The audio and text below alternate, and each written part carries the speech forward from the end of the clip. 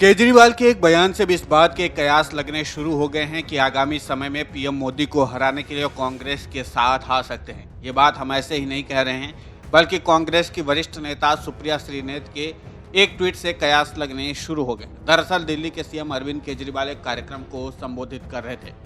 इसी दौरान उन्होंने अपने पढ़ाई के दिनों को याद करते हुए बताया कि जब वो आईआईटी की पढ़ाई कर रहे थे तो उनके पढ़ाई की फीस मात्र 30 रुपए लगा करती थी। और उन्होंने इस बात को बताया कि उनको समझ में आया कि देश उनके लिए क्या कर रहा था। आप खुद सुनिए अरविंद केजरीवाल ने क्या कहा है। मैं भी आईआईटी खड़गपुर में पढ़ता था, 89 में पास आउट हुआ। जब मैं आईआईटी में पढ़ता था हमारी ट्यूशन फीस 30 रुपए होती थी, 30 रुपए महीना। आईआईटी की पढ़ाई, वहां पे इतनी शानदार लैब्स होती थी, इतनी शानदार फैसिलिटीज होती थी, इतना शानदार कैंपस था हमारा आईआईटी में। 30 रुपए महीने में तो वो पढ़ाई नहीं हो सकती ना। इसका मतलब देश मेरे लिए कितना कुछ कर रहा था।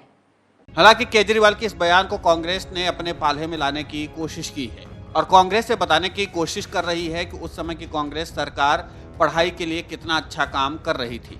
और जिस कांग्रेस के ऊपर बीजेपी और आम आदमी पार्टी के नेता आज सवाल उठाते हैं, अब उसी कांग्रेस की तारीफ खुद अरविंद केजरीवाल कर रहे हैं। तो जाहिर सी बात है, राजनीति में कयासों का बाजार गर्म होगा ही। और यही कारण है कि सुप्रिया श्रीनेत जैसे बड़ी नेता केजरीवाल के इस बयान को कांग्रेस के पक्ष में बता रही हैं।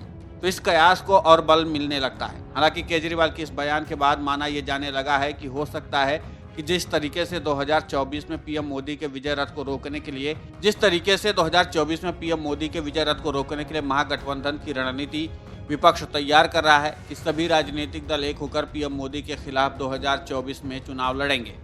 उसमें एक पेच यही था कि महागठबंधन कांग्रेस और आम आदमी पार्टी एक साथ नहीं आ सकती हैं। लेकिन जैसे केजरीवाल ने कांग्रेस का नाम लिए बिना तारीफ की है और कांग्रेस की नेता सुप्रिया श्रीनेत ने इस बयान को भुनाने की कोशिश की है, उससे कांग्रेस और केजरीवाल के एक होने के कयासों को बल मिलने लगा है। अब यहाँ पर देखना दिलचस्प होगा कि आखिर इन सियासी अटकलों में कितना दम दिखता है। हालांकि कांग्रेस की तरफ से या फिर आम आदमी पार्टी की तरफ से कोई जवाब इस पर नहीं आया है, लेकिन फिर भी इस ट्वीट के बाद सियासी गलियारों में चर्चा जोरों पर है कि आखिर क्या अरविंद केजरीवाल और एक बार फिर से आम आदमी पार्टी एक हो सकते हैं। हालांकि बात दूर की कौड़ी साबित होती है, क्योंकि अरविंद केजरीवाल की राजनीति खुद कांग्रेस के विरोध पर टिकी हुई है। और अगर अरविंद केजरीवाल कांग्रेस के साथ आते हैं तो फिर उनके लिए आगे समय में मुश्किलें हो सकती हैं। इसलिए अरविंद केजरीवाल कांग्रेस का नाम लिए बिना तारीफ तो कर सकते हैं, लेकिन कांग्रेस के साथ उन्हें आने में सोचना तो जरूर पड़ेगा, क्योंकि अरविंद केजरीवाल की राजनीति की शुरुआत कांग्रेस के खिलाफ, और अगर अरविंद केजरीवाल कांग्रेस के साथ आते हैं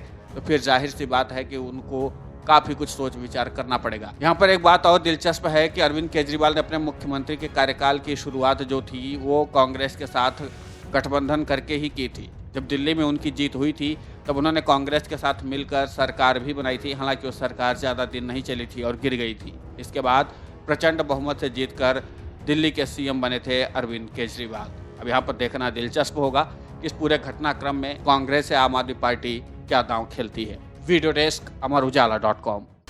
डाउनलोड करें अमर उजाला ऐप और पाएं खबरें लगातार। अगर आप ये वीडियो YouTube पर देख रहे हैं तो हमारे चैनल को सब्सक्राइब करें और बेल आइकन को दबाना ना भूलें। अगर आप Facebook पर ये वीडियो देख रहे हैं तो हमारे पेज को लाइक करें।